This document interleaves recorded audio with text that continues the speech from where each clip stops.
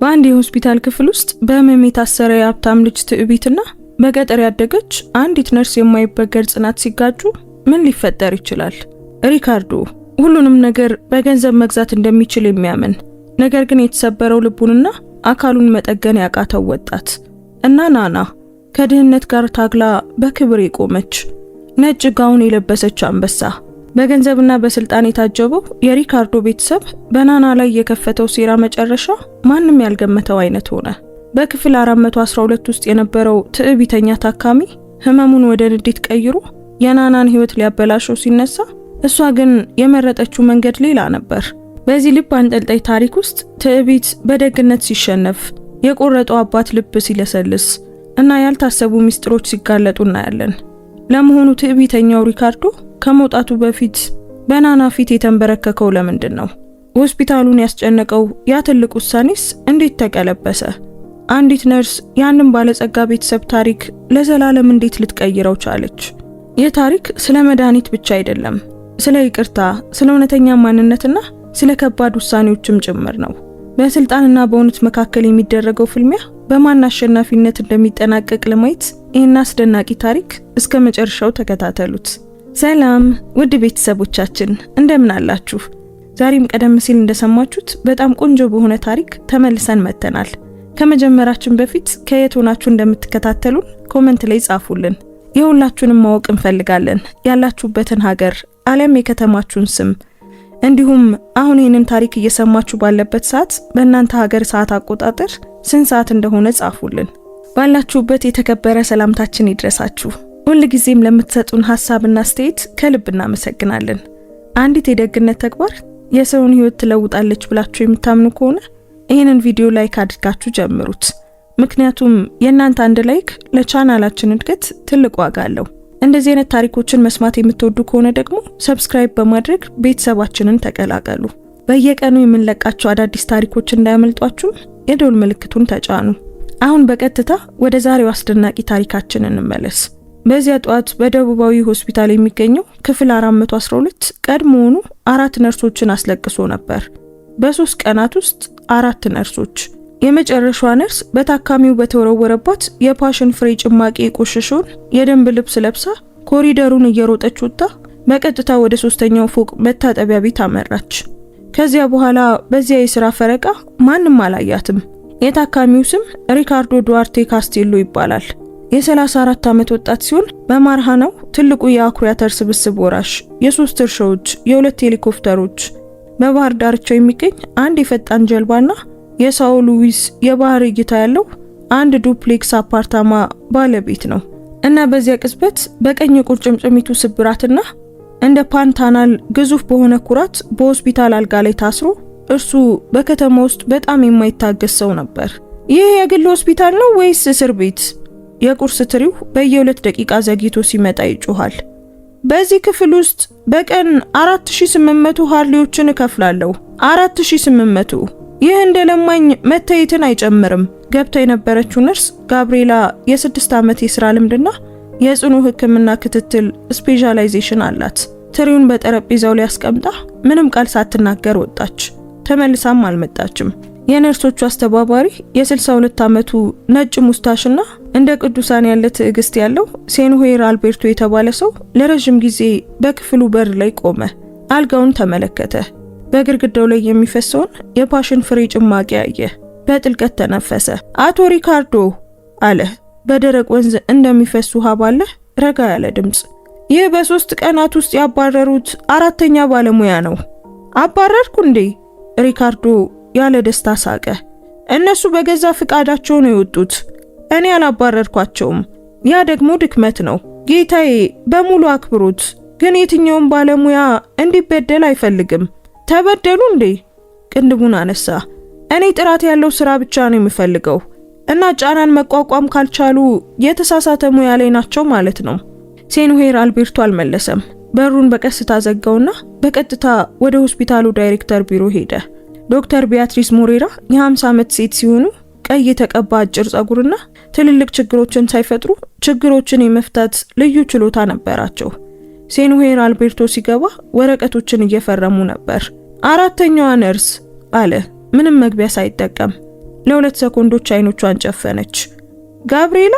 አዎ ጋብርኤላ። ዝምታ ሰፈነ። አልቤርቶ፣ ይህ ሰው የወሩን 14 በመቶ የግል ታካሚዎችን ይወክላል።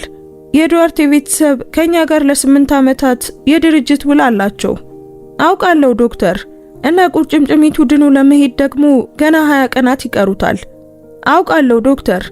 እንግዲያውስ በዚያ ክፍል ውስጥ ማንን እንደምናስቀምጥ ንገረኝ። ሴንሆር አልቤርቶ ዝም አለ፣ አሰበ። ከዚያም ባለፈው ሳምንት የደረሰውን አንድ የሥራ ልምድ አስታወሰ።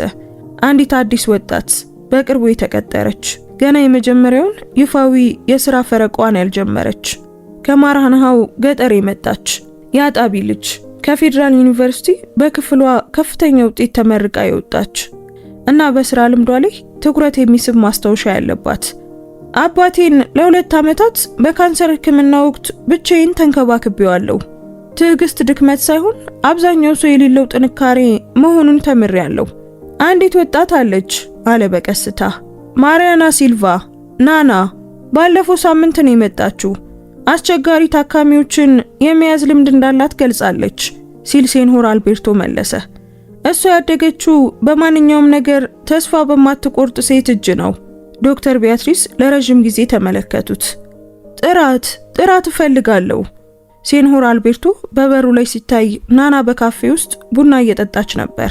የ27 ዓመት ወጣት ሆና ጸጉሯን ባልተወሳሰበ ሁኔታ ያሰረች፣ ጠቆር ያለ ቆዳ፣ ፈጣን ጥቁር አይኖች ያሏትና አሁንም የአዲስ ፕላስቲክ ሽታ ያለው ነጭ ጋውን የለበሰች ነበረች። ከ320 ኪሎ ሜትር ርቀት ላይ ከምትገኘው ባካባው ወደ ሱዋ ሉዊስ የመጣችው በትክክል ከ11 ቀናት በፊት ነበር። ያመጣችውን ሻንጣ በፒካፕ መኪና ጭነት ቦታ ላይ ይበቃ ነበር። ይዛው የመጣችው ህልም ግን የትም አይበቃውም ነበር። ማሪያና አለ ሴንሆር አልቤርቶ አጠገቧ ባለው ወንበር ላይ እየተቀመጠ። ስለ አንድ የሥራ ፈረቃ ላነጋግርሽ እፈልጋለሁ። እሺ አልቤርቶ፣ ቀላል አይሆንም። ቡናዋን ተጎነጨች። አይኖቿን አላሸችም። ቀላል መሆን የመልካም ነገር ዋስትና የሆነው ከመቼ ጀምሮ ነው?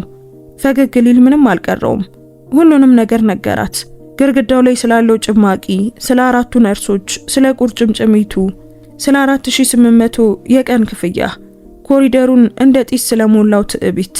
ናና ሁሉንም ነገር በዝምታ አዳመጠች። ሲጨርስ የቡና ሲኒዋን ለ3 ሰከንድ ያህል ተመለከተች። የክፍል ቁጥሩ ስንት ነው? 412። ተነሳች። ከመግባቴ በፊት 15 ደቂቃ ሊሰጡኝ ይችላሉ? ለምን? ለእናቴ ለመደወል። ከሆስፒታሉ ውጪ በደበዘዘው ሰርድ ግድግዳ ላይ ተደግፋ ናና ከ8 ዓመቷ ጀምሮ በልቧ የምታውቀው ቁጥር ላይ ደወለች። በሁለተኛው ጥሪ ተነሳ። ልጄ በሰላም ደረሽ? ሁሉም ነገር ሰላም ነው? የዶና ፋቲማ ድምፅ በቅዝቃዜ ወቅት እንደ ብርድ ልብስ ነበር፣ ወፍራም፣ ሙቅና አስተማማኝ። ደህና ነኝ እማዬ። ናና በጥልቀት ተነፈሰች። እማዬ፣ ዛሬ ሁሉም ሰው ወደሚፈራው ክፍል ልገባ ነው። ለ2 ሰከንድ ዝምታ ሰፈነ። ምንድነው የሚያስፈራው ልጄ? ሀብታምና ባለጌ፣ ሰውን ሁሉ በመጥፎ ሁኔታ የሚይዝ ሰው ነው። ዶና ፋቲማ ለጥቂት ጊዜ ዝም አለች። ከዚያም ናና ከልጅነቷ ጀምሮ በምታውቀው በዚያ ረጋ ባለ ድምፅ ተናገረች። እናቷ የቀይ መብራት ኤሌክትሪክ ክፍያን፣ በክረምት የረጠበ ልብስንና ለመድኃኒት ገንዘብ ሳይኖር የታመመ ባልን ስትጋፈጥ በነበረው ድምፅ። ልጄ፣ እኔ ለዱዋርቴ ቤተሰብ ለ8 ዓመታት ልብስ አጥቤያለሁ። እነማን እንደሆኑ በደንብ አውቃለሁ።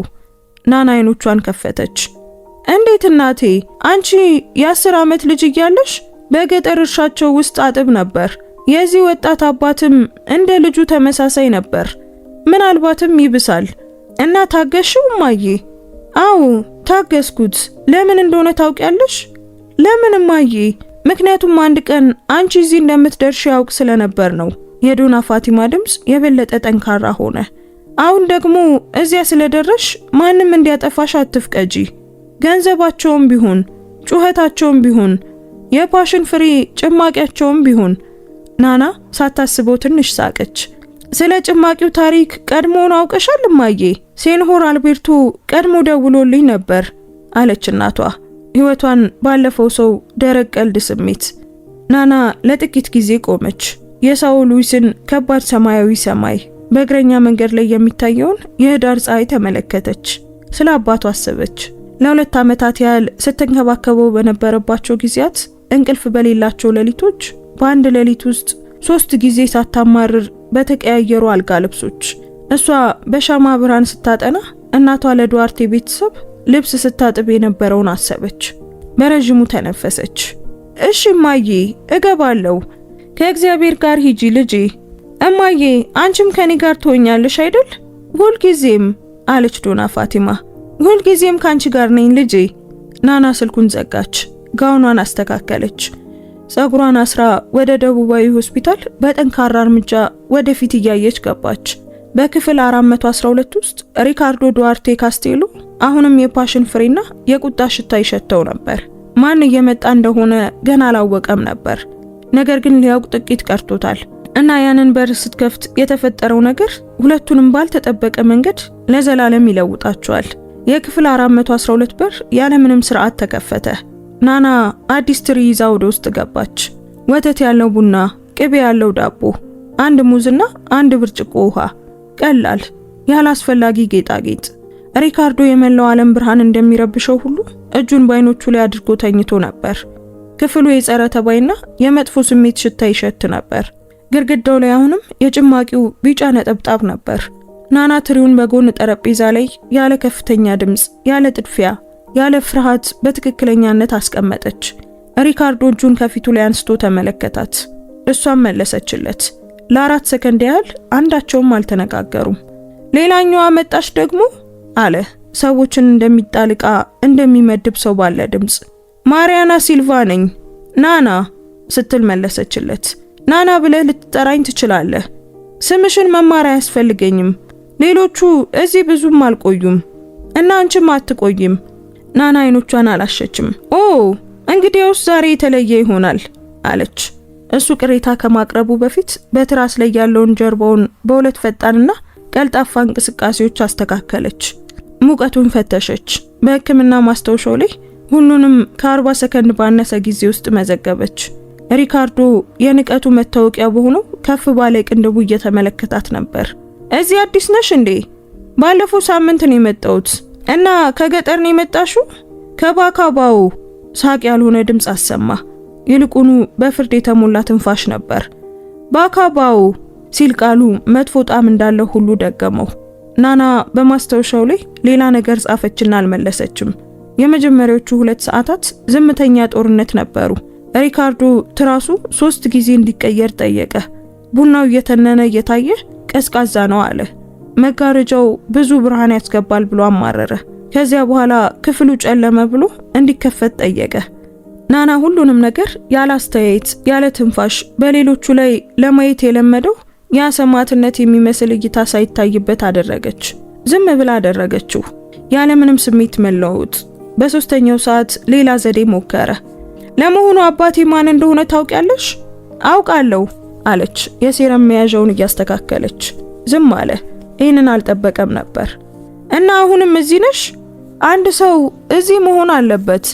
ሪካርዶ ለጥቂት ጊዜ ዝም አለ። ድምጼን ከፍ ሳድርግ ሌሎቹ ይወጡ ነበር። ነግሬሃለሁ፣ እኔ ሌሎቹን አይደለሁም። ለ3 ሰከንድ ያህል ትኩር ብሎ አያት። አንቺም ትወጫለሽ፣ የጊዜ ጉዳይ ነው። ናና ግዴለሽነት ባልሆነ ረጋ ያለ ስሜት ተመለከተችው። ሌላ ነገር ነበር። ከብዙ ህመም በኋላ ብቻ የሚማሩት አይነት መረጋጋት። ምናልባት አለች፣ ግን ዛሬ አይደለም። በቀትር ላይ አልቤርቶ በኮሪደሩ ሲያልፍ በበሩ መስታወት በኩል ተመለከተ። ናና የሕክምና ማስታወሻው በጭኗ ላይ ሆኖ ካልጋው አጠገብ ባለው ወንበር ላይ ተቀምጣ ነበር። ሪካርዶ እጆቹን አጣምሮ ጣሪያውን እያየ ነበር። ማንም አልጮህም፣ ማንም አላለቀሰም። አልቤርቶ ተነፈሰና ወደ ጠረጴዛው ተመለሰ። አልቤርቶ ያላየው በ6 ሰዓት ተኩል የሆነውን ነገር ነበር። ሪካርዶ ምሳ አዘዘ። ትሪው ከተጠበሰ ዶሮ፣ ሩዝ፣ ሰላጣ እና የጓቫ ጭማቂ ጋር መጣ። ሳህኑን ተመለከተ። ይህ የእንስሳት መኖ ይመስላል። ናና ከውጭ ባለው ጋሪ ላይ መድኃኒቱን እያረጋገጠች ነበር። ገባችና ሳህኑን ተመለከተች። ከዚያም እሱን አየች። ፕሮቲን፣ ካርቦሃይድሬት እና ቫይታሚን አለው አለች። ቁርጭምጭሚቱ ለመዳን የተመጣጠነ ምግብ ያስፈልገዋል። እኔ ይህንን አልበላም። ጌታዬ ምን ይበላሉ? አገጩን ከፍ አደረገ። በአፓርታማዬ ውስጥ የግል ሼፍ አለኝ። ፉንጊ ሬሶቶ፣ በወይን ሶስ የተሰራ ፊሌት፣ የእጅ ስራ የቤሪ ቺዝ ኬክ። ናና ለሰኮንድ ዝም አለች። ጌታዬ፣ ይህ ሆስፒታል ነው እንጂ ምግብ ቤት አይደለም። ልክ እንደ ምግብ ቤት እየከፈልኩ ነው። ለሕክምና እንክብካቤ ነው እየከፈሉ ያሉት አለች በጠንካራ ግን ባልተከፋ ድምጽ። የሆስፒታል ምግብ የአመጋገብ ደንቦችን ይከተላል። ከፈለጉ በተፈቀደው መጠን ውስጥ እንዲስተካከል ከአመጋገብ ባለሙያው ጋር መነጋገር እችላለሁ። ሪካርዶ እጆቹን አጣመረ። ቀድሞውኑ አነጋግረዋታል። መቀየር አይቻልም ነው የምትለው? እንግዲያውስ ምን ማድረግ እንደምችል አያለው። ፊቱን አጨማደደ። ለምን? ጥያቄው ከሌሎች የተለየ ጥቃት የሌለበት እውነተኛ ሊባል የሚችል ነገር ነበር። ናና ተመለከተችው። ምክንያቱም የማይበላ ታካሚ የማይድን ታካሚ ነው ማለት ነው። የማይድን ታካሚ ደግሞ እዚህ ረጅም ጊዜ ይቆያል። ቆም አለች። እና ሁለታችንም ይህንን ማድረግ የምንፈልግ አይመስለኝም። አንድ ሰከንድ ዝምታ ሰፈነ። ሪካርዶ ሳኑን ተመለከተና ሹካውን አነሳ። ከዛም በላ። አመሰግናለሁ አላለም፣ ግን በላ። በዚያ ቀን ከሰዓት በኋላ ነበር ናና ስለ ሪካርዶ ዱዋርቴ ካስቴሎ እውነተኛ ታሪክ የመጀመሪያውን ክፍል ያወቀችው። የቁርጭምጭሚቱን ቁስል እየቀየረች ሳለ ስልኩ በጎን ጠረጴዛው ላይ ጮኸ። ስክሪኑ በድንገት ጥሪውን ከማቋረጡ በፊት ለሰከንድ በራ። በስክሪኑ ላይ ያለው ስም አባዬ የሚል ነበር። ሪካርዶ ወዲያውኑ እይታውን አዞረ። ናና ምንም አልተናገረችም፣ ግን አስተውላለች። መንጋጋው እንዴት እንደጠበቀ፣ ጣቶቹ ያልጋ ልብሱን እንዴት እንደጨበጡ። ከዚያ በኋላ ለረጅም ጊዜ መስኮቱን እንዴት እንደተመለከተ አስተዋለች። ከትዕቢት የተለየ ውጥረት ነበር፣ ጠለቅ ያለ ነገር። በ15 ሰዓት ስልኩ ደገመው። ያው ስም። እንደገና ዘጋው። በሶስተኛው ጊዜ ናና ከማስተውሻው ላይ አይኖቿን አንስታ ምንም ሳትል ተመለከተችው። ምንም አትናገሪ አላት ሪካርዶ አፏን ከመክፈቷ በፊት። እኔ ምንም ልል አልነበረም። አዎ ሁሉም ይላሉ፣ አባት ነው ይላሉ፣ ቤተሰብ ቅዱስ ነው ይላሉ። በሚያምር ድምጽ በሹል ስላቅ አስመሰለ። ማስተውሻውን ዘጋችው። እኔ ይህንን ልል አልነበረም። እንግዲውስ ምን ልትይ ነበር? ለጥቂት ጊዜ ዝም አለች። በቁጣ ውስጥ ስንሆን የተሰበረ ቁርጭምጭሚት የበለጠ እንደሚታመም ልነግር ነበር። የጡንቻ ውጥረት በአጥንቱ ላይ ያለውን ግፊት ይጨምረዋል። ጌታዬ፣ የበለጠ መተንፈስ አለቦት። ሪካርዶ ዝም አለ። ስላቅ ለመፈለግ ይመስላል። ተመለከታት፣ ግን አላገኘም። አንቺ እንግዳ ነሽ አላት። ይህንን ቀድሞውኑ ነግረውኛል ስትል ናና መለሰች እና ወደ ማስተውሻው ተመለሰች። በ17 ከ30 የናና የሥራ ፈረቃ ሊያበቃ ሲል ሁለቱም ያላቀዱት ነገር ተከሰተ። ሪካርዶ ካልጋው በተቃራኒ በኩል ባለው ጠረጴዛ ላይ ያለውን የውሃ ብርጭቆ ለመውሰድ እየሞከረ ነበር። እንቅስቃሴው አደገኛ ነበር። ይህንን አያድርጉ አለች በፍጥነት እየገባች። አጥንቱን ሊያፈናቅሉት ይችላሉ። ውሃ ካስፈለገኝስ እኔ አመጣለሁ። እርዳታ አልፈልግም። መፈለግና መቀበል ሁለት የተለያዩ ነገሮች ናቸው። ብርጭቆን አንስታ በእጁ ላይ አደረገች። እጆቻቸው ለግማሽ ሰከንድ ተነካኩ። ሪካርዶ ብርጭቆን በፍጥነት ሳበው። ለሷ ጀርባውን ሰጥቶ ጠጣ። ናና በዚያ ምሽት በብርሃኑ ላይ የታየው መልክ እንዲህ ባለው ሰው ላይ ለማየት ያልጠበቀችውን ነገር ነበር። በገንዘብ የማይገዛ ወይም የማይሸጥ ምንም አይነት የላይኛው ፎቅ አፓርታማ ሊሞላው የማይችል ግዙፍ ብቸኝነት። ቦርሳዋን አነሳች። የመጨረሻውን ማስተውሻ አረጋገጠች። ልትወጣ ስትል ከበስተጀርባ ድምፁ ዝቅ ብሎ ሊሰማ በማይችል ሁኔታ መጣ። ነገ ትመለሻለሽ? ናና በበሩ ላይ ቆመች። የሰውነቷን ግማሽ አዞረች። አዎ። አልመለሰም፣ ግን በእውነት የሚያስፈልጉትን ነገሮች እንዴት እንደሚጠይቅ የማያውቅ ሰው ድምጽ በግልጽ ሰማች። በኮሪደር ውስጥ አልቤርቶ ቡና ይዞ ይጠብቃት ነበር። እንዴት ነው ሲል ጠየቀ። ናና ቡናውን ተቀበለችና ተጎነጨች። ነገ ሌላ ቀን ነው አለች። አልቤርቶ ብዙ ነገር ባዩት አይኖቹ ተመለከታት። አላለቀሽም? አዎ። ለምን? ናና ረጅሙን ኮሪደር ከነጩ በሮችና ቀድሞውኑ ከራሷ ቁርጠኝነት ሽታ ጋር ከሚቀላቀለው የሆስፒታል ሽታ ጋር ተመለከተች። ምክንያቱም እኔ ከዚህ የሚበልጡ ነገሮችን አሳልፌያለሁ። በብዙ ነገሮች አልቅሻለሁ። ነገር ግን ገና የማታውቀው ነገር ትልቁ ፈተና ገና እንደሚመጣ ነበር። ያ ፈተና በክፍል 412 ታካሚ ሳይሆን ከራሱ ከሆስፒታል ውስጥ እንደሚመጣ ገና አላወቀችም ነበር። በሚቀጥለው ጧት ናና 12 ሰዓት ከ40 ላይ ሆስፒታል ደረሰች። ከማንኛውም ነገር በፊት ወደ ካፌው ሄዳ ጠንካራ ቡና አዘጋጅታ በመኪና ማቆሚያው በኩል ወዳለው ትንሽ መስኮት ተመለከተች። ፀሐይ በሳኦ ሉዊስ ላይ ብርቱካናማና ከባድ ሆኖ የማርሃናውን ፀሐይ ብቻ ልትሆን በምትችለው መንገድ እየወጣች ነበር። ስለ እናቱ አሰበች፣ ስለ አባቱ አሰበች። በባካባው በነበረችው ትንሽ ቤት ውስጥ በክፍል ውስጥ የባህር ዛፍ ሽታና አሮጌው አየር ማቀዝቀዣ እንደ ሄሊኮፕተር ድምጽ በሚያሰማበት ሁኔታ ለ2 ዓመታት ስትንከባከበው የነበረችባቸውን ጊዜያቶች አሰበች። በእነዚህ 2 ዓመታት ውስጥ ስለተማረችው ነገር ሁሉ አሰበች። ህመም ሰውን በውጭ ትንሽ እንደሚያደርገው ነገር ግን በውስጥ እንዳልሆነ ተማረች። ቁጣ ብዙ ጊዜ የተለየ ልብስ የለበሰ ፍርሃት እንደሆነ አወቀች።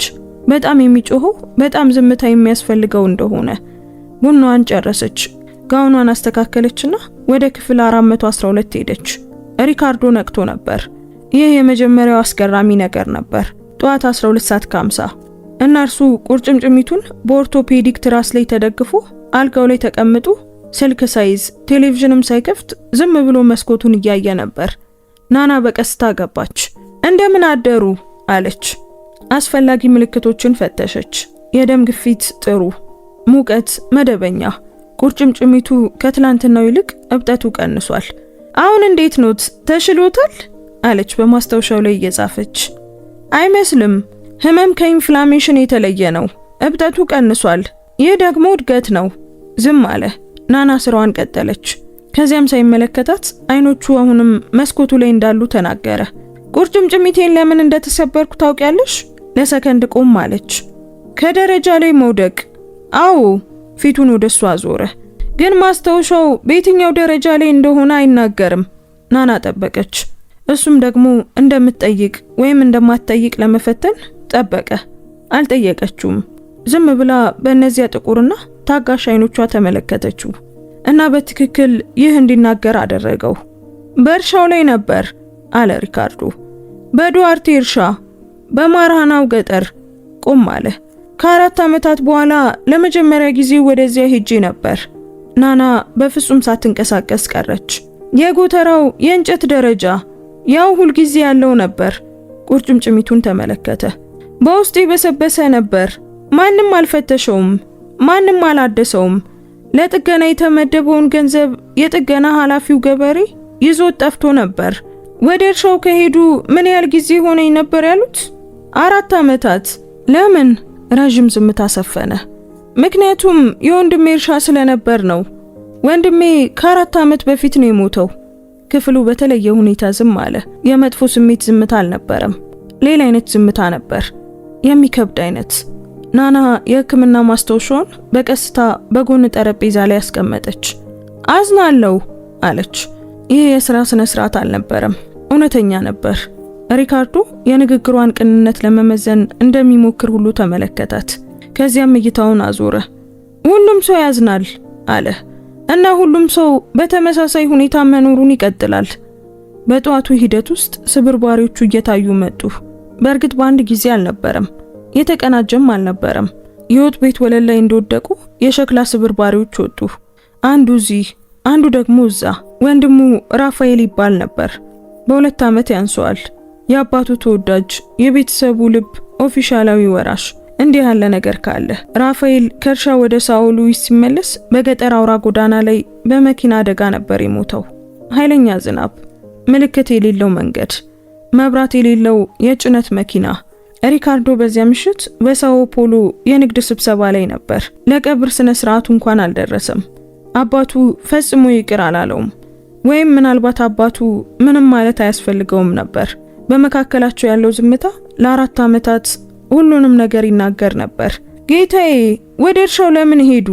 ቁስሉን እየቀየረች ናና ጠየቀች። ሪካርዶ አሁንም አንድ ነገር ሊሰማው ይችል እንደሆነ ለማየት ለመመለስ ጊዜ ወሰደ። ተናገረ። ቃላቱ ያለ ድራማ ከሞላ ጎደል ቴክኒካዊ ሆነው ወጡ። ነገር ግን አየሩን የሚያጥፍ ክብደት ተሸክመው ነበር። ናና ምንም ሳትናገር ቁስሉን ጨረሰች። አንዳንዴ ትክክለኛው ነገር አረፍተ ነገሩ እንዲያርፍ መተው ነው። በጠዋቱ 4 ሰዓት ላይ ዶክተር ቢያትሪዝ ለሕክምና ጉብኝት ወደ ክፍሉ ገቡ። የቁርጭምጭሚቱን እድገት ለማረጋገጥ 2 ደቂቃ አሳለፉ። ከናና ጋር ጥቂት ቴክኒካዊ ቃላትን ተለዋወጡና ሄዱ። በኮሪደር ውስጥ ናናን ለብቻዋ ጠሯት። እንዴት እየሄደ ነው? ጥሩ ነው አለች።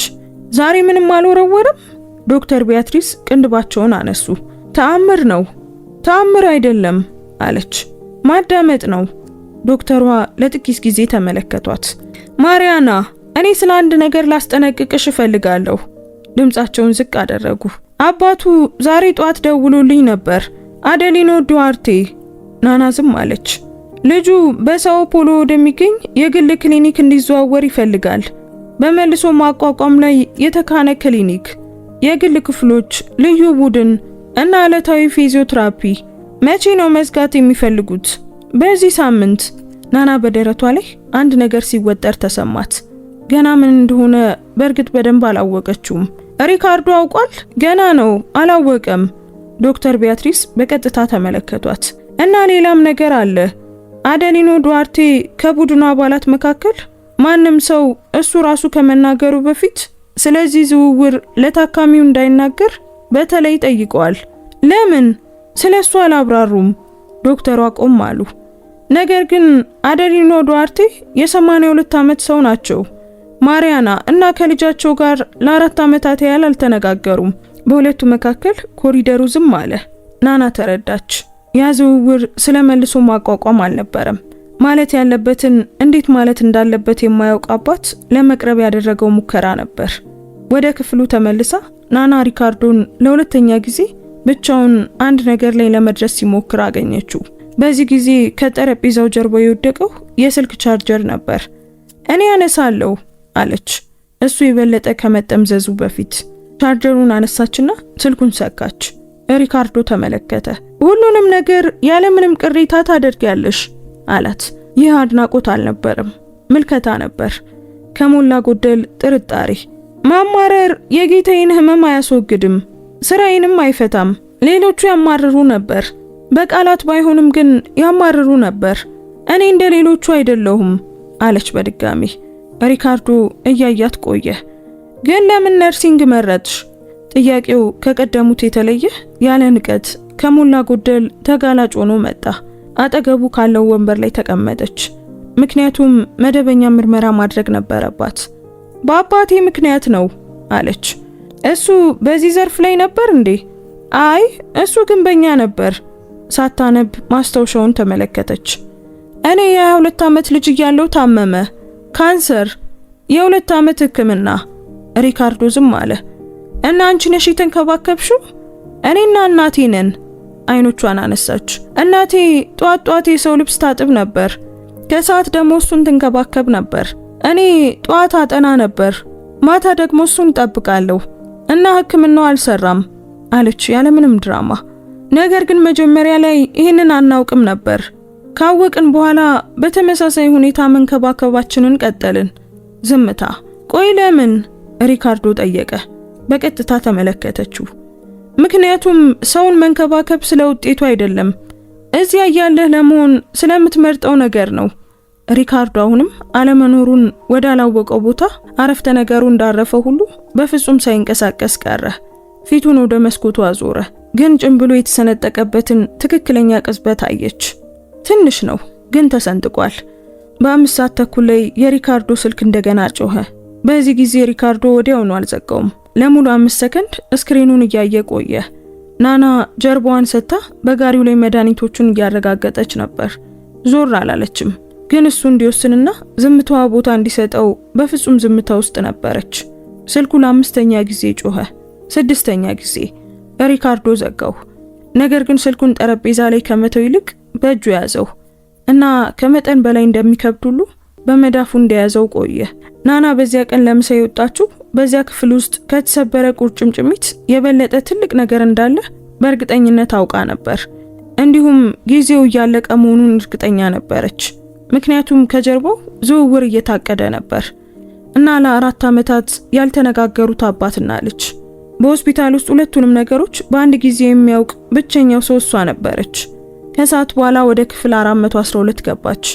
በሆስፒታሉ ሁሉ ውስጥ እንደሚገባው በቀስታ በክብደት ሁሉም ነገር ካለው የበለጠ አሳሳቢ በሚያደርገው በዚያ ቢጫ ብርሃን ናና ከምሳ ተመለሰች። በ13 ሰዓት ከ20 ላይ በታችኛው ፎቅ ካፌ ውስጥ ሩዝ በባቄላ በልታ ነበር። ጥግ ባለው ጠረጴዛ ላይ ስልኳን ወደ ታች አድርጋ ብቻዋን ተቀምጣ ነበር። ስለ ዝውውሩ፣ ስለ አባቱ፣ ስለ ልጁ፣ በመካከላቸው ስላለው የ4 ዓመት ዝምታ ማሰብ ነበረባት። እሷ ደግሞ በነጭ ጋውንና ምንም አይነት ኦፊሻላዊ ስልጣን ሳይኖራት በዚህ ሁሉ መካከል ነበረች። ነገር ግን በፍጹም እርግጠኝነት የምታውቀው አንድ ነገር ነበር።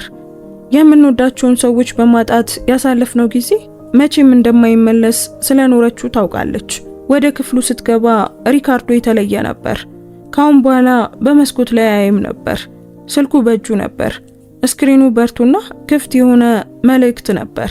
እሷ ስትገባ ስልኩን በፍጥነት ወደ ታች አዞረው። ድንገተኛ ለመምሰል በጣም ፈጣን ነበር። ናና አስተያየት አልሰጠችውም። ሴረሙን ፈተሸች፣ ቁስሉን ፈተሸች፣ በማስታወሻው ላይ ጻፈች። ቁርጭምጭሚቱ ከፍተኛ ፊዚዮቴራፒ ያስፈልገዋል አለች በገለልተኛ ድምጽ። ቢያንስ የ30 ቀናት ክትትል። ቀድሞውን እሱን ነግረውኛል ጌታዬ። ለመንቀሳቀስ እንዲረዳውት ቤት ውስጥ የሚኖር ሰው አሉት? ዝም አለ። ሰራተኞች አሉኝ ናና መዘገበች። ሰራተኛ እንደ ቤተሰብ አይደለም አለች ያለ ፍርድ። ለኔ ይበቃኛል አላት። አልመለሰችለትም።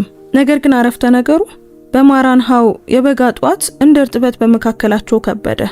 ቦምቡን ይዞ የመጣው በትክክል በ14 ሰዓት ሴንሆር አልቤርቶ ነበር።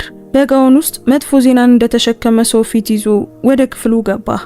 ሪካርዶ አለ ለሁሉም ታካሚዎች ባለው በዚያ ቀጥተኛና አክብሮት ባለው መንገድ። ዶክተር ቢያትሪዝ ስለ ፍቃድና ስለ ሕክምናው ቀጣይነት ለመነጋገር ቆየት ብለው በዚህ ያልፋሉ። ሪካርዶ አይኖቹን አነሳ። የፈቃድ እቅድ ገና ሳምንታት ይቀራሉ። እየተገመገመ ያለ ሐሳብ አለ አለ አልቤርቶ በጥንቃቄ። ዶክተሯ ያንን በተሻለ ሁኔታ ያብራራሉ። ሪካርዶ ናናን ተመለከተ። እሷ ጀርባዋን ሰጥታ የመድኃኒት ጋሪውን እያዘጋጀች ነበር። ነገር ግን ማዕበል ከመምጣቱ በፊት ነፋስ እንደሚሰማ ሰው ሁሉ እይታው በድካሟ ላይ ተሰማት። ታውቂ ነበር ሲል ጠየቀ። ናና በቀስታ ዞረች። አይኖቿ ከእርሱ ጋር ተገናኙ። ከዚያም አጣብቂኝ ነበር።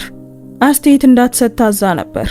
ነገር ግን ያደገችው ውሸት አፍ ቢዘጋም እንኳን የሚሸከመውን ሰው የሚጎዳ ክብደት እንዳለው በሚናገር ሴት እጅ ነበር። ዛሬ ጠዋት ሰማው። የመናገሩ ውሳኔ ግን የኔ ሳይሆን የዶክተሯ ነው።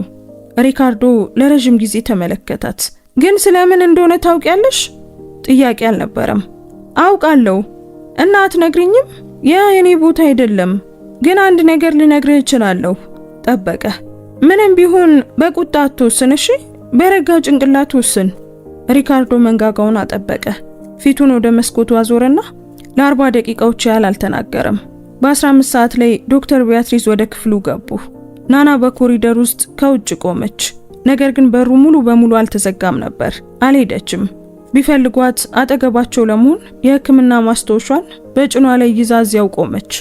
ቢያንስ ለራሷ የምትነግረው እንዲህ ነበር። የዶክተሯ ድምጽ የረጋና ሙያዊ ነበር። ሪካርዶ አባታ አነጋግሮናል። በሳኦ ፖሎ ወደሚገኘው ሪሃብሊተር ክሊኒክ ዝውውርህን ለመደገፍ ይፈልጋሉ። ለእንዲህ አይነቱ ስብራት በአገሪቱ ውስጥ ካሉ ምርጥ ቦታዎች ውስጥ አንዱ ነው። ልዩ ቡድን፣ ዕለታዊ ፊዚዮቴራፒ፣ የተሟላ መዋቅር። ዝምታ ሰፈነ። ከዚያም የሪካርዶ ዝቅ ያለ ድምጽ፣ ቁጥጥር የተደረገበት፣ በአደገኛ ሁኔታ ቁጥጥር የተደረገበት። አባቴ እዚህ ደወለ? አዎ። እና ለኔ አልደወለም። ቆም አሉ። በግልጽ እንደሚታየው ለእርሶ ጥቂት ጊዜ ለመደወል ሞክረው አልተሳካላቸውም። ሌላ ረጅም ዝምታ። ናና ለሰከንድ አይኖቿን ጨፈነች። ሪካርዶ ለአባቱ ስንት ጊዜ ስልኩን እንደዘጋ በትክክል ታውቅ ነበር። ምክንያቱም እሷ እዚያ ነበረች። ዶክተሯ ከ5 ደቂቃ በኋላ ከክፍሉ ወጡ። ናናን ሳይቆሙ አለፏት። በጭንቅላታቸው ብቻ እሱ ያንቺ ችግር ነው የሚል ሚስጥራዊ ምልክት ያደረጉ ይመስላሉ። አሁን ናና ገባች። የሥራ ፈረቃውን ከወሰደች በኋላ ለመጀመሪያ ጊዜ ቴሌቪዥኑ በርቶ ነበር። ድምፁ ከፍ ያለ ነበር። ዜና። ሪካርዶ ምንም ሳይል ስክሪኑን ዝም ብሎ ያይ ነበር። ድምፁን አጠፋች። ቴሌቪዥኑን ሳይሆን ድምፁን ብቻ። ሪካርዶ አልመለሰም። ይልቁኑ ፊቱን አዞረ። አይኖቹ ደረቅ ነበሩ። ግን ናና ወዲያውኑ የምታውቀው አንድ ነገር ነበረባቸው። ህመሙ ወደ ለቅሶ ለመቀየር በጣም ትልቅ በሆነባቸው ምሽቶች የአባቱ አይነት እይታ ነበር። መብት የለውም አለ ሪካርዶ በታፈነ ድምጽ። 4 ዓመታት ያለ ምንም ቃል በቀጥታ ምንም ሳይናገር በራፋኤል ጉዳይ እኔን ሲወቅሰኝ ቆይቶ አሁን ወደ ሆስፒታል ደውሎ ልክ የ10 ዓመት ልጅ እንደሆንኩ ሁሉ በህይወቴ ላይ ውሳኔ ይወስናል። ናና ወንበሩን ስባ እንደ ደንቡ ሳይሆን አጠገቡ ተቀመጠች። በጣም ቅርብ። እኔ ረዳሃለሁ አለች። አንቺ አታውቂም፣ ከምትገምተው በላይ አውቃለሁ። በጥርጣሬ ተመለከታት። አባቴ በህይወቱ መጨረሻ ላይ በእኔ ላይ ተቆጥቶ ነበር አለች። ሪካርዶ ፊቱን አጨማደደ። ለምን? ምክንያቱም እሱ ተስፋ መቁረጥ ሲፈልግ እኔ በሕክምናው ገፋ ነበር። እጆቿን በጭኗ ላይ አጣመረች። መከራውን እያራዘምኩ እንደሆነ ፈጣሪ የወሰነውን እንደማልቀበል ይናገር ነበር። አንቺስ? እግዚአብሔር ለመታገል እጅና ጭንቅላት እንደሰጠኝ እስከ ቻልኩ ድረስ ሁሉንም እንደምጠቀም ነግረው ነበር። ሪካርዶ ዝም አለ። እና እንዴት ተጠናቀቀ? ከዚያ ጸብ ከ3 ወር በኋላ ሞተ። የናና ድምፅ አልተንቀጠቀጠም፣ ግን ቀዘቀዘ። እና የመጨረሻዎቹ ቀናት ጥሩ ነበሩ። ተስማማን፣ መፍታትም ቻልን። ዝምታ። ግን ባይፈታስ ኖሮ? ሪካርዶ ጠየቀ። በቀጥታ አይኖቹ ውስጥ ተመለከተችው። ያኔ እኔ አሁን እዚህ አልሆንም ነበር። ያንን ለዘላለም ተሸክሜው ኖር ነበር። አረፍተ ነገሩ በደረቅ መሬት ላይ እንደሚወድቅ የደረቀ ቅጠል በቀስታ ያለ ድምፅ ግን በክብደት ክፍል ውስጥ አረፈ። ሪካርዶ ከመምሪያ መሪ ከመሆኑ በፊት አንድ ቀን እርሻ ላይ ይሰሩ የነበሩትን ትልልቅና ጠቆር ያሉ እጆቹን አየ። ራፋኤል አባቴ ሁልጊዜ የሚፈልገው አይነት ልጅ ነበር አለ ከጥቂት ጊዜ በኋላ። መሬቱን የሚወድ፣ የእያንዳንዱን እንስሳ ስም የሚያውቅ፣ ከብቶቹን ለመፈተሽ ከፀሐይ በፊት የሚነቃ። አንተስ? እኔ ሳኦ ፖሎን እፈልግ ነበር፣ ንግድ እፈልግ ነበር፣ ማደግ እፈልግ ነበር። ቆም አለ። አባቴ ሁልጊዜ ቤተሰቡን ለገንዘብ ብዬ እንደተውኩ ያስብ ነበር። ትተ ነበር? ጥያቄው ቀጥተኛ ነበር። ሪካርዶ በመገረምና በአክብሮት በተቀላቀለ ስሜት ተመለከታት። ከዚህ በፊት ማንም እንደዚህ ጠይቆት አያውቅም። ቢያንስ እንዲህ ያለ መሸሸጊያ። አላውቅም አለ በሐቀኝነት። አሁንስ? አሁን ምንድነው የምትፈልገው? አልመለስም። ጠረጴዛው ላይ ያለውን ስልኩን ተመለከተ። ስክሪኑ ጠፍቶ ነበር። ነገር ግን የአባቱ ስም ባይታይም እዚያው ነበር። በ16 ሰዓት ከ40 ላይ ናና የፈረቃዋን የመጨረሻ ቅጽ እየሞላች ሳለ ሴንሆር አልቤርቶ በኮሪዶሩ በር ላይ ታይቶ እንድትቀርብ ምልክት አደረገላት። ሄደች። አባቱ እዚህ ነው አለ አልቤርቶ። አደለኒ ዱዋርቴ በግል መጥቷል። ናና ልቧ ሲመታ ተሰማት። እዚህ ሆስፒታል ውስጥ? አዎ፣ በመቀበያ ክፍል ውስጥ። መውጣት ይችል እንደሆነ ጠየቀ? ሪካርዶ ያውቃል? ገና ነው። የክፍል 412ን ዝግ በር ተመለከተች እና በፍጥነት አሰበች። እንዲወጣ ፍቀድለት አለች። ግን እኔ መጀመሪያ ገባለሁ። ሴንሆር አልቤርቶ አይኑን አሻሸ። እርግጠኛ ነሽ? አይ አይደለሁም፣ ግን ለማንኛውም እገባለሁ። ወደ ክፍሉ ተመለሰች። ሪካርዶ እንደገና ስልኩን በእጁ ይዞ ነበር። በዚህ ጊዜ ስክሪኑ በርቶ ነበር እና የአባቱን ቁጥር እያየ ነበር። አልደወለም፣ ግን ደግሞ አልዘጋውም። ዝም ብሎ እያየው ነበር። ክብደቱን እንደሚችል በማያውቀው ድልድይ መካከል ያለ ይመስላል። ሪካርዶ አለች ናና፣ ትዕዛዝም ልመናም ባልሆነ መገኘት ብቻ በሆነው ድምፅ። አንተን ማየት የሚፈልግ ሰው እዚህ አለ። አይኖቹን በቀስታ አነሳ እና በዚያ ቅጽበት አረፍተ ነገሯን ከመጨረሷ በፊት የክፍል 412 በር ተከፈተ። የገባው ሰው የ82 ዓመት አዛውንት፣ ነጭ ጸጉር ያለው፣ የሳር ኮፍያ በእጁ የያዘና ልክ እንደ ሪካርዶ አይነት አይኖች ያሉት ነበር። በትክክል ተመሳሳይ እና ሁለቱም ምንም ቃል አልተናገሩም። በአባትና በልጅ መካከል ያለው ዝምታ ለ7 ሰከንድ ቆየ። ናና በልምድ ሳይሆን በተፈጥሮ ስሜት ቆጠረችው። ማንኛውንም ነገር ከማድረጓ በፊት በችግር ላይ ያለ ታካሚን አተነፋፈስ እንድትለካ የሚያደርጋት ያው ስሜት። ለመታገዝ በጣም የሚመሳሰሉ የሁለት ሰዎች 7 ሰከንድ። አደሊኖ ዱዋርቴ ከገመተችው በላይ ትንሽ ሰው ነበር። በናና አይምሮ ውስጥ እንደ ሪካርዶ ያለ ሰው አባት ግዙፍ፣ ሰፊ፣ የነጎድጓድ ድምጽ ያለውና የትም ለመግባት ፍቃድ የማይጠይቅ አቋም ያለው መሆን ነበረበት። ነገር ግን በበሩ ላይ ያለው ሰው በጊዜ የታጠፈ ትከሻ፣ በወጣትነቱ መሬት ያረሰና አሁን ኮፍያውን ሲይዝ በትንሹ የሚንቀጠቀጡ እጆች፣ ሙሉ በሙሉ ነጭ ጸጉር፣ በፀሐይና በአመታት የጠቆረ ቆዳና እነዚያ ቡናማ ፈጣን አይኖች በትክክል እንደ ልጁ የሆኑ ነበሩት። ሪካርዶ አለ ሽማግሌው። ድምፁ ጠንካራ ነበር፣ ነገር ግን ከስሩ አንድ ነገር ነበር። በደረቅ መሬት ስር እንደሚፈስ ውሃ ያለ። ሪካርዶ አልመለሰም። መንጋጋው ጠብቆ ነበር። እጆቹ የአልጋ ልብሱን ጨመቁ። ናና ከግድግዳው አጠገብ ቆመች። በተቻለ መጠን ዝም አለች። የሷ ጊዜ አልነበረም፣ ግን የመውጫ ጊዜም አልነበረም። አደሊኖ 2 እርምጃ ወደፊት ተጠጋ። የልጁን የታሰረ ቁርጭምጭሚት ተመለከተ። ከማርሊን ሰማው አለ።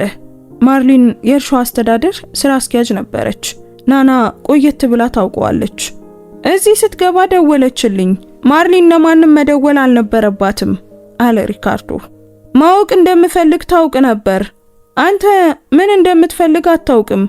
ማንም አያውቅም። አረፍተ ነገሩ እንደ ሹል ነገር ወጣ። 4 ዓመታትን በጫፉ ላይ ይዞ ነበር። አደሊኖ አላፈገፈገም። በክፍሉ መካከል ቆመ። ኮፍያውን በእጁ ይዞ ልጁን እያየ ናና ሙሉ በሙሉ ስም ልትሰጠው በማትችለው በዚያ መልኩ ይመለከተው ነበር። ጸጸት ነበር፣ የቆሰለ ኩራትም ነበር። የትኛውን በር ማንኳኳት እንዳለበት የማያውቅ ፍቅር ነበር። ምናልባት 3ቱም ነገሮች አንድ ላይ ነበሩ። እኔ ደውዬልህ ነበር አለ ሽማግሌው። ብዙ ጊዜ። አዎ፣ አልመለስኩም። ዝምታ ሰፈነ። ለምን ሲል አደሊኖ ጠየቀ። ቀላልና ቀጥተኛ ጥያቄ። ሪካርዶ በዚህ ጊዜ ደረቅ ሳቅ ሳቀ። ይህ ጥያቄ ከ4 ዓመታት በፊት መምጣት ነበረበት አባዬ። አደሊኖ ለሰከንድ አይኖቻቸውን ጨፈኑ። ሲከፍቷቸው በውስጣቸው የተለየ ነገር ነበር። እነዚህ አይን የተከደነባቸው 7 ሰኮንዶች አንድ ዋጋ እንዳስከፈሉት ሁሉ ነበር። አውቃለሁ አለ ሪካርዶ አይኑን እያሻሸ። ሊጠብቀው የሚችለው የመጨረሻ መልስ ነበር። ቀደም ብዬ መምጣት እንደነበረብኝ አውቃለሁ። የሽማግሌው ድምጽ ቀዘቀዘ፣ ከበደ። ብዙ ስህተቶችንም እንደሰራው አውቃለሁ ሪካርዶ። ክፍሉ በተለየ ሁኔታ ዝም አለ። ሪካርዶ አረፍተ ነገር ውስጥ ወጥመድ እንደሚፈልግ ሁሉ አባቱን ተመለከተ፣ ግን አላገኘም። በህይወት ስህተትን አምነህ አታውቅም አለ። በቂ ምክንያት ኖሮኛ አያውቅም ልጄ፣ አደሊኖ መለሰ። አሁን ግን አለኝ። ናና በራሷ ደረት ላይ አንድ ነገር ሲወጠር ተሰማት። ይህንን ቅጽበት ታውቋለች። በባካባው በምትገኝ ትንሽ ቤት ውስጥ በትንሽ ገንዘብና በርካሽ መድኃኒት ሽታ የታጀበውን የዚህን ስሪት ኖረዋለች። ኩራት በመጨረሻም ሰው ሊሸከመው ከሚችለው በላይ የሚከብድበት ቅጽበት፣ አንድ ሰው ዘግይቶም ቢሆን ክብደቱን ለመልቀቅ የሚወስንበት ቅጽበት። ለጥልቀት ተነፈሰችና ዝም አለች። ለራፋኤል ሞት እኔን ወቀስከኝ አለ ሪካርዶ። ድምፁ ቁጥጥር የተደረገበት ነበር፣ ግን በእያንዳንዱ ፊደል ውስጥ ስንጥቆች ነበሩት። ይህንን ተናግረህ አታውቅም፣ ግን በቀብሩ ላይ በአይኖች ውስጥ አይቼዋለሁ። ላቅፍ ስሞክር ስትሸሸኝ አይቼዋለሁ። አደሊኖ አልካደም። ትክክል ነው አለ ሽማግሌው በቀስታ። እንግዲያውስ እንዴት አሁን ወደዚህ መጣ? ምክንያቱም ተሳስቼ ስለነበር ነው። ሪካርዶ አልጋው ስር መሬቱ የጠፋ ይመስል ሳይንቀሳቀስ ቀረ። ተሳስቼ ነበር ሲል በማያምን ስሜት ደቀመው። አደሊኖ ድምፁን ዝቅ አደረገ፣ ነገር ግን አልተንቀጠቀጠም። ራፋኤል ከእርሻው የወጣው ያለኔ ፍቃድ ነበር። ጠዋት ተጣልተን ነበር። ዝናቡ ከመምጣቱ በፊት መሄድ ፈልጎ ነበር። እኔ ደግሞ እያጋነንክ ነው አልኩት። ቢሆንም ግን እሱ ሄደ። ሽማግሌው ለመተንፈስ እየተቸገረ ቆመ። ይህንን ፈጽሞ አልነገርኩህም። ዝምታው ሁሉንም እንደገና አደራጀው። ሪካርዶ ያለምንም መከላከያ አባቱን ተመለከተ። እሱ የ34 ዓመት ጎልማሳ ሆኖ መቼም የሱ ያልነበረውን ጥፋተኝነት ተሸክሞ እንደቆየ አወቀ። ለምን ይሄንን አልነበርክም? እዚያ ባለመገኘቴ የምትወቅሰኝ መስሎኝ ነበር። ምክንያቱም እኔ ራሴን ወቅስ ነበር አለ አደሊኖ።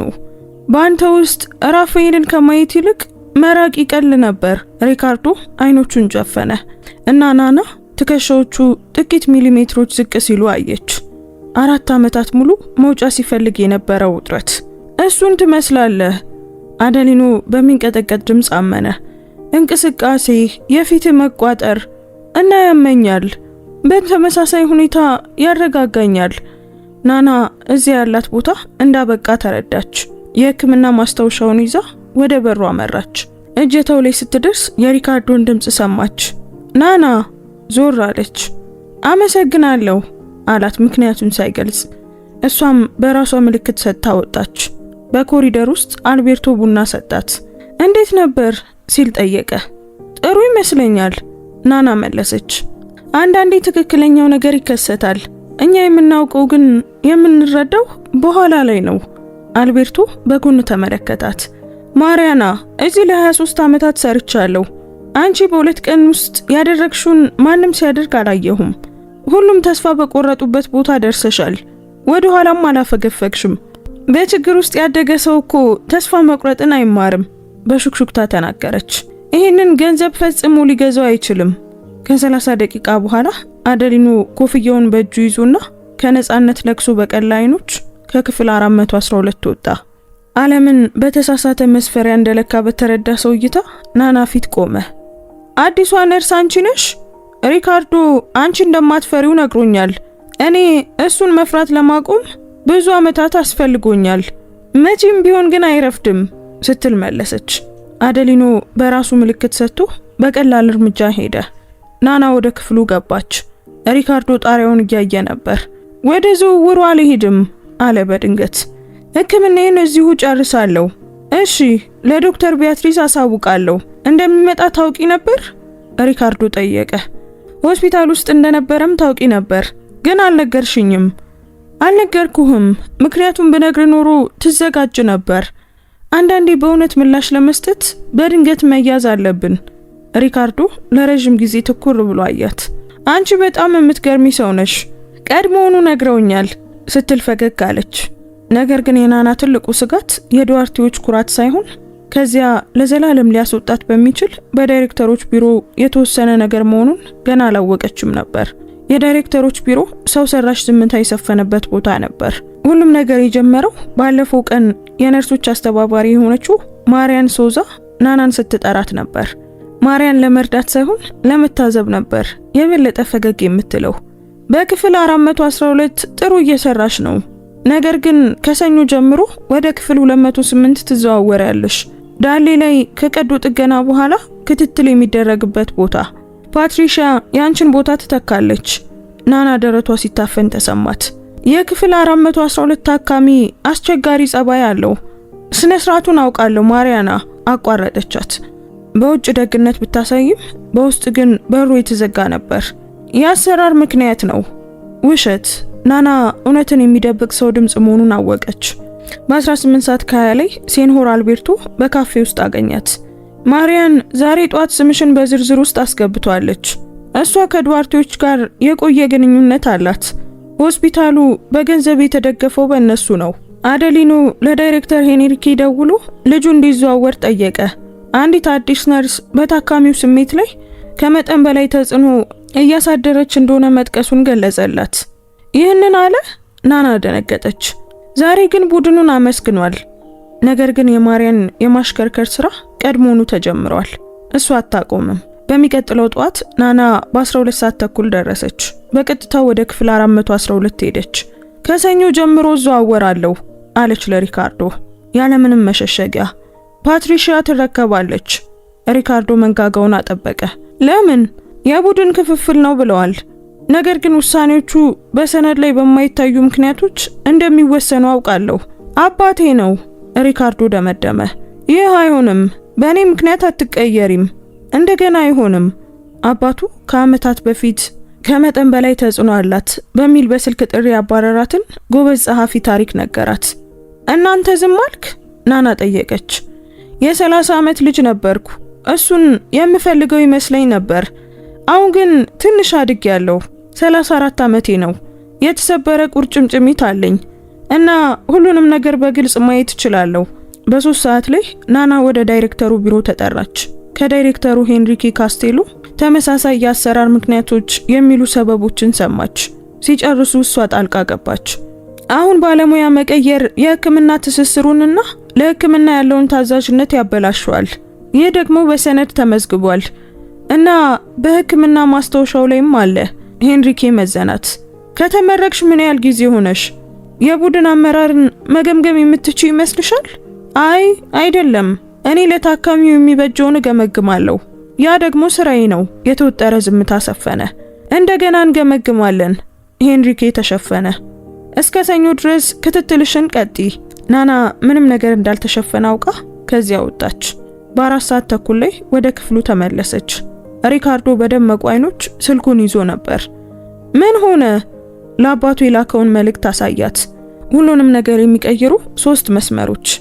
አባዬ ነርስ ናና እዚህ ትቆያለች። እሷ ከወጣች እኔም እወጣለሁ እና መውሰድ እንደምችል የምታውቀውን ነገር ሁሉ ይዤ እወጣለሁ። በደንብ አስብበት። እሷ ነገሩን ሳታሰላስለው ዳይሬክተር ሄንሪኬ በፊቱ ላይ ሙሉ በሙሉ ምቾት ማጣቱ እየታየበት ወደ ክፍሉ ገባ። ናና ሪካርዶን ተመለከተች። ይህን ማድረግ አልነበረብህም፣ ቀድሞውኑ አድርጌዋለሁ በረጋ መንፈስ መለሰ። ለአንቺ የሚዋጋልሽ እንደማያስፈልግሽ አውቃለሁ። ነገር ግን እኔ መዋጋት አስፈልጎኝ ነበር። ለእኔ ትክክለኛ ነገር ላደረገችልኝ ሰው እኔም አንድ ትክክለኛ ነገር ማድረግ ነበረብኝ። ይህንን በፈለግሽው መንገድ መረዳት ትችያለሽ። ናና እያየችው ሳለ በዚያው ቅጽበት በሩ ተከፈተ። ሄንሪኬ ካስቲሎ አስቀድሞ የተዘጋጀ ንግግር ይዞ በገባበት እርምጃ የጠበቀው መሬት የተለየ ሆኖ አገኘው። ናናን አያት፣ ሪካርዶን አየ፣ በሪካርዶ እጅ ያለውን ስልክ አየ። ናናም በክሊኒካዊ ጥንቃቄ ዳይሬክተሩ ያቀደውን ንግግር ሙሉ በሙሉ መለወጥ እንዳለበት ያሰላበትን ቅጽበት አየች። ሪካርዶ አለ ሄንሪኬ በማንኛውም የሙቀት መጠን ሞቅ ያለ ድምጽ ማውጣቱን በተማረ ያስተዳዳሪ ድምጽ። እንዴት ደስ ይላል! እያገገምክ እንደሆነ በግል ለማየት መጣሁ። ደህና ነኝ አለ ሪካርዶ። አሁን ይሻለኛል። ያ አሁን የሚለው ቃል ክብደት ነበረው። ሄንሪኬ ፈገግ አለ። ፈገግታው ግን አይኖቹ ጋር አልደረሰም። ይህን በመስማቴ ደስ ብሎኛል። ወደ ናና ዞር አለ። ናና ለጥቂት ጊዜ ብቻችንን ልትተይን ትችያለሽ? አይ ትቆያለች አለ ሪካርዶ። ሄንሪኬ አይኑን አረጋጋ። ትቆያለች ሲል ደገመው፣ ያለምንም ጥላቻ ነገር ግን ፈቃድ እንደማይጠይቅ ወይም ድርድር እንደማያቀርብ ሰው በጽናት። ዳይሬክተሩ ለአንድ ሰከንድ ቆሞ ከጥግ ያለውን ወንበር ስቦ ተቀመጠ። ሪካርዶ መልእክት ደርሶኛል አለ ሄንሪኬ በቀጥታ። አውቃለሁ የቡድን አመራር ውሳኔዎች። ሄንሪኬ ሪካርዶ በዚያው እርጋታው አቋረጠው። ከተዋወቅን 14 ዓመታት ሆኖናል። በአባቴ የ40ኛ ዓመት የልደት በዓል ላይ ነበርክ። እንዴት እንደሚሰራ ታውቃለህ። ስክሪፕት አያስፈልግህም። ሄንሪኬ አፉን ዘጋና ለጥቂት ጊዜ ሪካርዶን ትኩር ብሎ አየው። ከዚያም ወደ ክፍሉ ከገባ በኋላ ለመጀመሪያ ጊዜ ናናን በትክክል አያት። እንደ ሰራተኛ ሳይሆን በመጨረሻም እንደ ሰው አያት። ምን አድርገሽ ነው ሲል ዳይሬክተሩ ከጥያቄው በስተጀርባ በነበረው እውነተኛ ጉጉት ጠየቃት። ናና ዝም አለች። ስራዬን ብቻ ነው የሰራሁት። ሁሉም ስራውን ይሰራል፣ እኔ ደግሞ በትኩረት ሰራው። ሄንሪኬ ለጥቂት ጊዜ ዝም አለና ወደ ሪካርዶ ዞረ። በእርግጥ በአንዲት ነርስ ዝውውር ምክንያት የኦንኮሎጂ ክፍል ማስፋፊያ ፕሮጀክት ድጋፍህን ታነሳለህ? በዝውውር ምክንያት አይደለም አለ ሪካርዶ። በመርህ ምክንያት ነው። ምን አይነት መርህ? ብቁ የሆኑ ሰዎች የበለጠ ስልጣን ባላቸው ሰዎች ምቾት ምክንያት መንቀሳቀስ የለባቸውም የሚል መርህ። ቆም አለ። ይህ መርህ አንተና አባቴ ገና ለማመን ልጅ በነበርኩበት ጊዜ ስታስተምሩኝ የነበረው ነው። ሄንሪኬ ካስቲሎ ለረጅም ጊዜ አየው። ናናም ዳይሬክተሩን እያየች ነበር። በዚያ ፊት ላይ በሌላ ሁኔታዎች የምታውቀው ነገር እየተከሰተ ነበር። አንድ ሰው አቋሙን ለመከላከል አቁሞ በመጨረሻም ማሰብ የሚጀምርበት ቅጽበት። ማሪያና አለ ሄንሪኬ ወደሷ ዞሮ። ከተመረቅሽ 2 ዓመት ነው? አዎ። ከየት ነው የመጣሽው? ባካባው ማራንሃው ገጠር። የት ነው የተማርሽው? UFMA የማራንሃው ፌዴራል ዩኒቨርሲቲ። በቀስታ ራሱን ነቀነቀ። ለምን ወደ ሳኦ ሉዊስ መጣሽ? ናና ከምንም በማያፈነግጡ እነዚያ ቀጥተኛ አይኖቹ አየችው። ምክንያቱም እናቴ እዚህ ስላለች እና ካወቅኩት በላይ ሊያስተምረኝ የሚችል መዋቅር ያለው ሆስፒታል ውስጥ መስራት ስለፈለኩ ነው። ታዲያ ተማርሽ? በየቀኑ ማራለሁ። ሄንሪኬ እጆቹን አጣመረ፣ መልሶ ፈታቸው፣ እንደገና አጣመረ። ይህ የውስጥ ግጭቱን አካሉን መደበቅ የማይችልበት ሁኔታ ላይ እንደደረሰ የሚያሳይ ምልክት ነው። ለማሪያን ማሳወቅ ይኖርብኛል አለ በመጨረሻም። ይህ የእርሶ ውሳኔ ነው አለች ናና። ግን ምን ማለት እንደሆነ ያውቃሉ? ለተወሰነ ጊዜ ሁሉም ሰው ምቾት ማጣት ማለት እንደሆነ አውቃለሁ። እይቷን አልነቀረችም። ግን ደግሞ ትክክለኛ ነገር ፍትሃዊ ከመሆኑ በፊት ምቾት እንደሚያጣም አውቃለሁ። ክፍሉ ዝም አለ። ሪካርዶ እሷን እያየ ነበር። አክብሮት ነበር፣ ንጹህ፣ ያለምንም ጌጥ። ሄንሪኬ በክፍሉ ውስጥ ለሌላ 8 ደቂቃዎች ቆየ። ስለማገገሙ፣ ስለ ፊዚዮቴራፒውና ከሆስፒታል ስለሚወጣበት ጊዜ ጥቂት ቃላትን ተለዋወጡ። ሊሄድ ሲነሳ በሩ ላይ ቆሞ ወደ ናና ዞረ። ናና ሰኞ ዕለት ታካሚው እስከሚወጣ ድረስ በክፍል 412 ትቀጥያለሽ። ቆም አለ። ከዚያ በኋላ በዚህ ፎቅ ላይ ስላለው ቋሚ ምደባሽ መነጋገር እፈልጋለሁ። ናና በስርዓት ራሷን ነቀነቀች። አመሰግናለሁ ዶክተር። ሄንሪኬ ወጣ። በሩ ተዘጋ። ክፍል ውስጥ የገባው ዝምታ ከቀደሙት ሁሉ የተለየ ነበር። ከማዕበል በኋላ ያለ ዝምታን ይመስላል። አየሩን ይበልጥ ንጹህ የሚያደርግ አይነት። ሪካርዶ ለጥቂት ጊዜ ጣሪያውን አየና ወደ እሷ ተመለከተ። እንደሚሳካ ታውቂ ነበር አይደል? አይ አላውቅም አለች በሐቀኝነት። ግን ቢሆንም ተጋፍጠሽዋል። አዎ። ለምን? ትክክለኛዎቹን ቃላቶች ለማግኘት ጊዜ እንደሚወስድ ሰው የሕክምና ማስታወሻውን በጠረጴዛው ላይ በቀስታ አደራጀች። ምክንያቱም አንዳንዴ ነገሮች እንደማይሳኩ እያወቅንም የምናደርጋቸው ነገሮች አሉ አለች። እና ቢሆንም እናደርገዋለን። ውጤቱ ዋስትና ስላለው ሳይሆን የመንገዱ ታማኝነት ስላለው ነው። ሪካርዶ ፍጹም ዝም አለ። በዚያ ሳምንት ውስጥ የሌላትን ነገር ባለበት ቦታ ላይ የሚቀመጥ ቃል ስትናገር ይህ ሁለተኛዋ ነበር።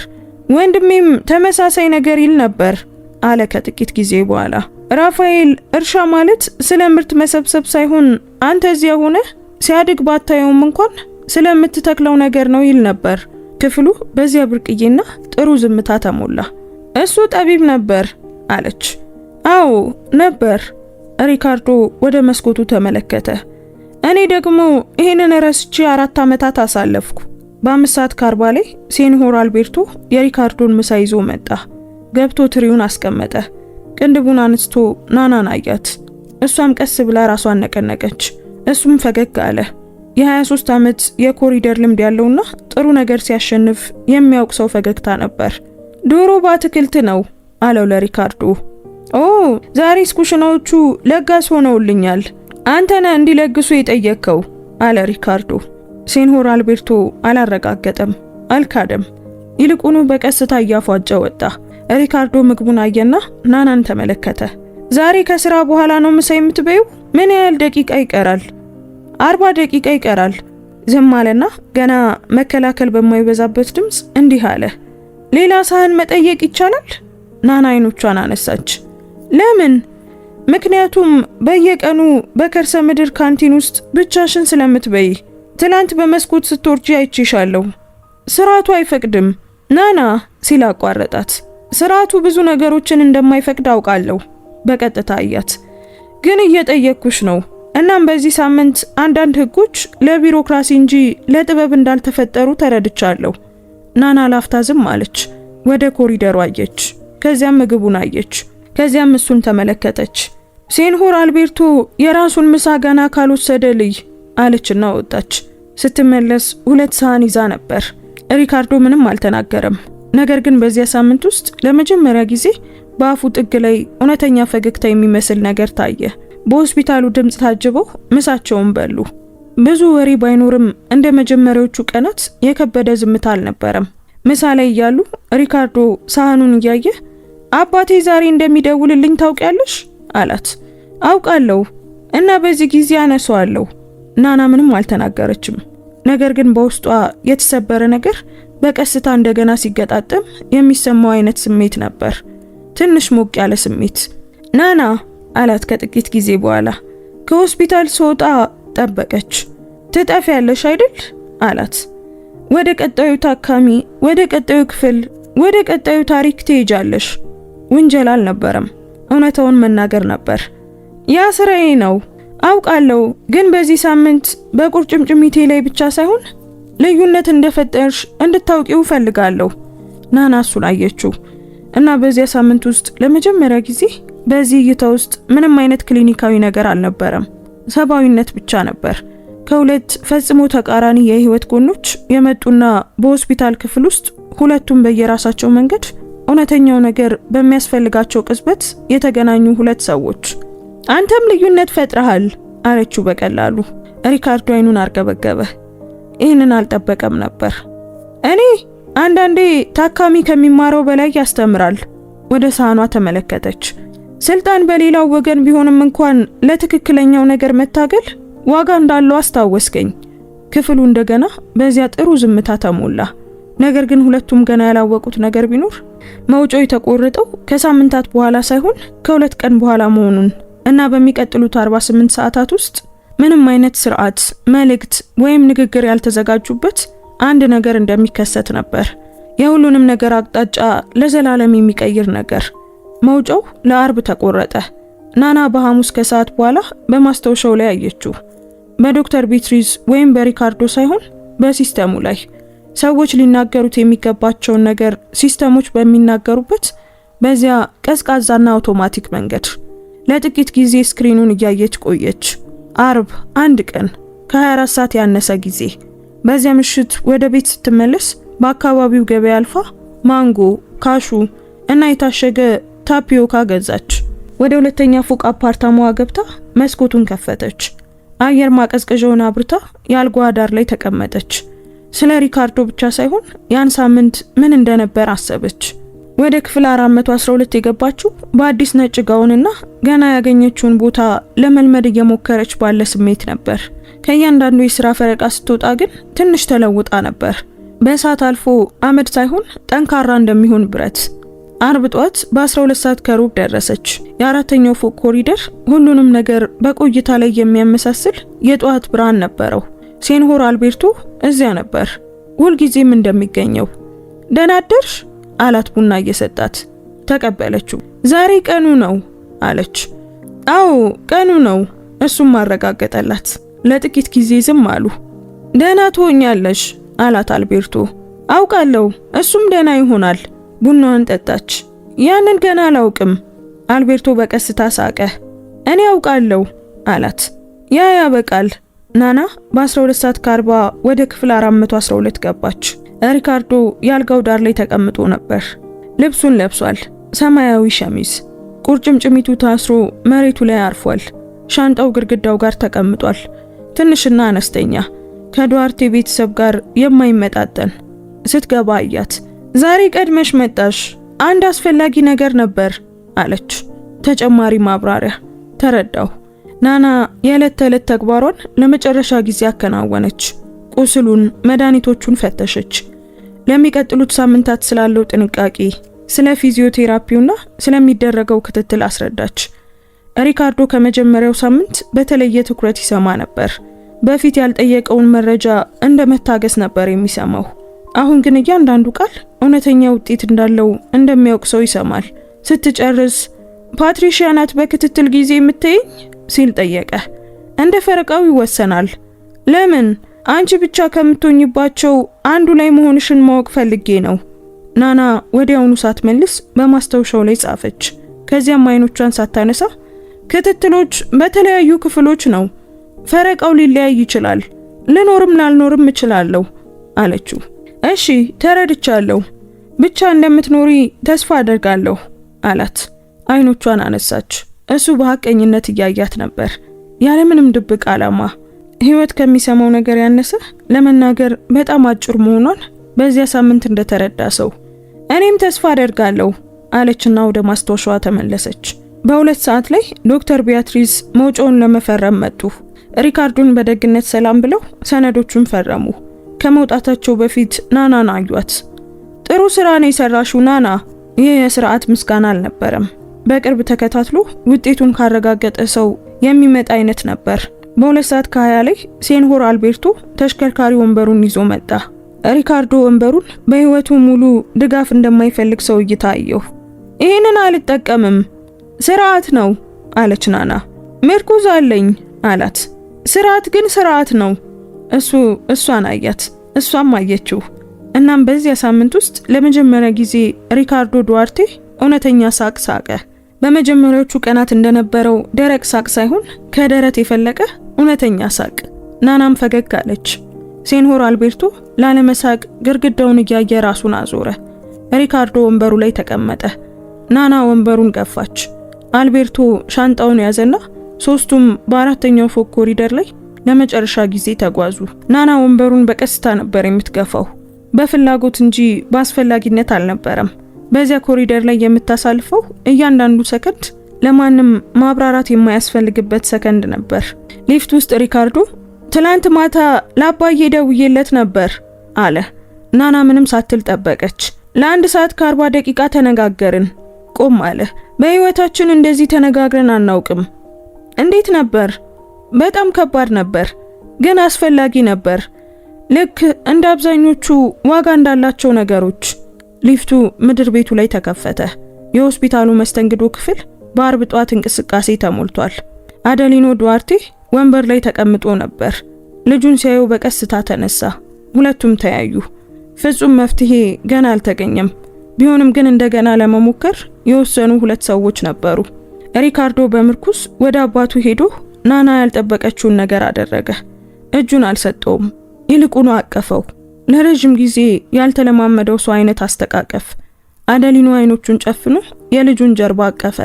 ናና ከባዶ ተሽከርካሪ ወንበር አጠገብ ቆማ ነበር። ቃላት የሚያስፈልጉበት ጊዜ አልነበረም። አባትና ልጅ ሲለያዩ አደሊኖ ወደ ናና መጥቶ ኮፍያውን አውለቀ። ይህ የቆየ የአክብሮት ምልክት ነው። ናና አላት። ይቅርታ፣ እዳ አለብኝ። ስለ እርሶ ለሆስፒታሉ መጥፎ ነገር የተናገርኩት እኔ ነኝ። በክፋት ሳይሆን በፍርሃት ያደረግኩት ነው። ፍርሃት ግን ሰበብ አይሆንም። ናና ያንን ለብዙ ዓመታት ኩራት ተሸክሞ የነበረ አሁን ግን የቀለለውን ሰው አየች። ይቅር ብያለሁ አለች። አደሊኖ ኮፍያውን መልሶ ደፋ። በአይኖቹ ውስጥ ናና ወዲያውኑ ያወቀችው ነገር ነበር። በአባቱ አይኖቹ ውስጥ የመጨረሻዎቹ ሳምንታት ላይ ያየችው አይነት ነገር። ጠብ አልፎ ፍቅር ብቻ ሲቀር ሪካርዶን በመጨረሻ ወደሷ መጣ። አመሰግናለሁ አላት። አመስግነኸኛል እኮ።